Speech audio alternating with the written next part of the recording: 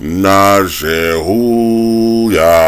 Nid Hallelujah, Hule Huda Hule, Anariande Wula, Yul Hasina Hepu Fali La Huya, Ahina Ketuya, Alesake Tuya. Nis nasmid nis nepnedek kablade. Prigozhin the pussy lata. Nets niet nacht net dat zigla dik mesling contest dak got that. Musnai, ice water ball sack nach hier. Prigozhin. Yet dear Mosnia here. Well, look, this is something else that's developed. And once again, I don't know all the intricate details of what's going on in Russia. Last I heard, Prigozhin and his forces, the Wagner mercenary forces, have turned around, and they will call off their march to Moscow, apparently.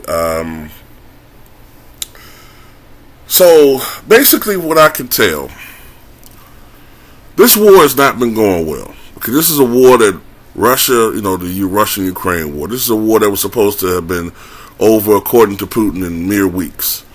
This was back in March of 2022, right? If I remember certainly correctly. Well, here we are in June, getting closer to July of 2023, and things are not going very well.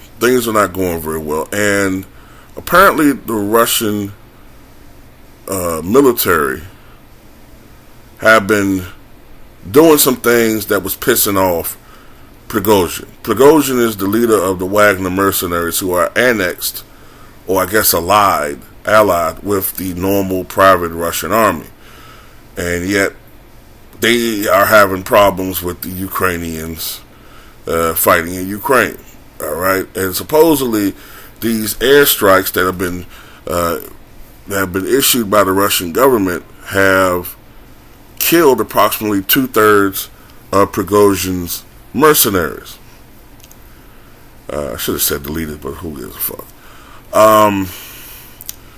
So this angered Prigozhin, the guy on the left, to the point where he basically took what was left of his forces, and they were marching to Moscow, and presumably, from what I could tell, their goal was to either take over the top military ranks in Moscow or in Russia, or probably more likely try to topple the government, which would include Putin. And at one point, I think they were within the limits of Moscow.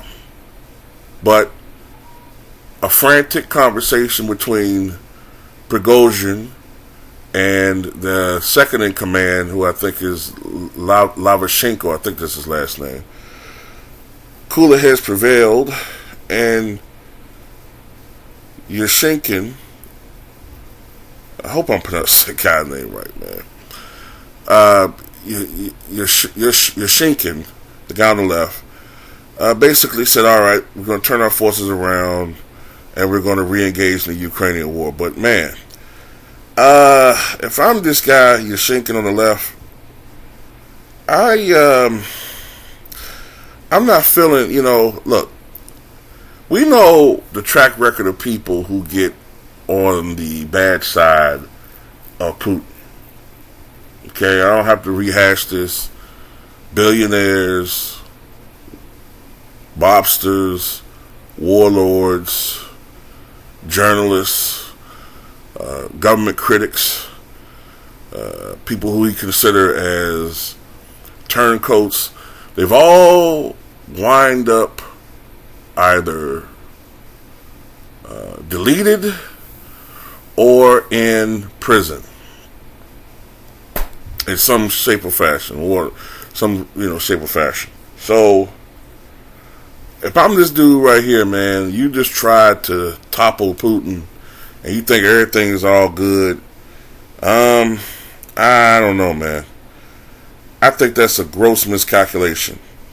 But I'm gonna tell you something though. As much as people don't like Putin,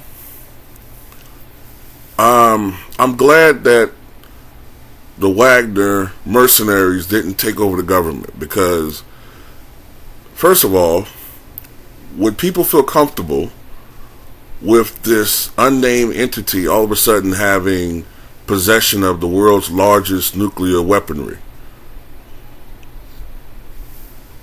You know what I'm saying? Would you feel comfortable with that? We don't know these people.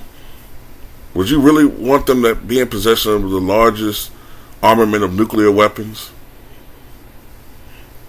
Then, it's these types of events that lead to these smaller scale wars developing into huge wars, like World War I, World War II.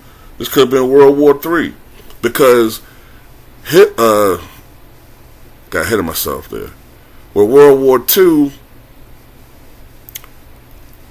Hitler invading Poland in September 1939, led to certain events of other nations getting involved. Hitler's allies, then Poland's allies, say this gross violation for Hitler, and then this country declares war on Hitler, then that country declared war on Poland, and this country. That is what led to the start of World War II. Then World War I remember, I think it was the assassination of Archbishop Franz Ferdinand. That was one of the major catalysts that led to the start of World War I. To have some mercenary army group, militia, some mercenary militia, take over the Russian government, and especially if Putin was eliminated in a spectacle, that would have angered Russian allies and caused such instability that could have led to the attempted toppling of Yashchenko, and whatever this guy's name is, by Russia's allies. They could have retaliated. They could have used weapons that we don't want them using, and that could have just escalated into something we don't want to think about. So when I first heard about this, I got very, very nervous, because it looked like they were headed toward trying to attempt to topple Putin. And who knows what Putin would have done to save himself or save his regime. And then if he had did something horrific, like, I don't want to have to say it. You can just picture what I'm trying to say. If he had did something which would have been a massacre to his own people, then the uprising toward him would have been justified. And then you don't know what the UN would have done. And then, it just could have been a horrible mess. So, thank goodness that, what's the guy name? Lukashenko got involved and de-escalated the situation. But anyway, like I said, I don't know all the details. These things will come out in time. You'll learn some of these things. I'll learn some of these things. And then also, you can't trust everything that you read anyway, especially in the Western media when you're talking about Russia. But anyway, look, before I go, I remember back in August of 1991 when the communist hardliners attempted to take over the government and kidnapped Mikhail Gorbachev. They felt like Gorbachev was not representative of the Communist Party anymore, because he was trying to make all these reforms. You know what I mean? Gladnost, Perestroika, all those, those reform programs. And ultimately, what happened before the year was out, the Soviet Union ceased to exist. So when I saw a coup, I thought, this is probably BS. But then when I looked more into it, this was legitimate. This was really happening. So for a while, man, Putin's hold on power was in serious jeopardy. But it looks like, at least for Putin, for now, it looks like he is okay. But still, now that you've had this happen, does this permanently weaken his hold? Plus, there's these rumors about him having health problems. And then, like I said, with Prigozhin, whatever his name is right here, hey, all I'm saying is, if something happens next 2 weeks, man, don't be surprised. I'm just saying. I hope for his sake that nothing happens to him. Maybe he got some information or he got some type of some safety net for him where if something happens to him, this type of information gets released that hurts these motherfuckers here and there and Putin. He got to have something up his sleeve, because for him to do what he did and then just back away and act like everything all cool, knowing Putin, I don't know about that, y'all. But anyway, tell me what you guys think.